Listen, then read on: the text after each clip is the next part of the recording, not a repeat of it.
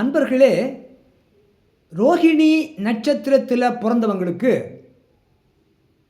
படைப்பாற்றல் திறன் உண்டு, கலை நாட்டம் உண்டு, வசீகரம் உண்டு, கவர்ச்சி உண்டு, வலுவான உணர்ச்சி கொண்டவர்களாக இருப்பார்கள். அவர்களுக்கு ஒரு லட்சியம் உண்டு,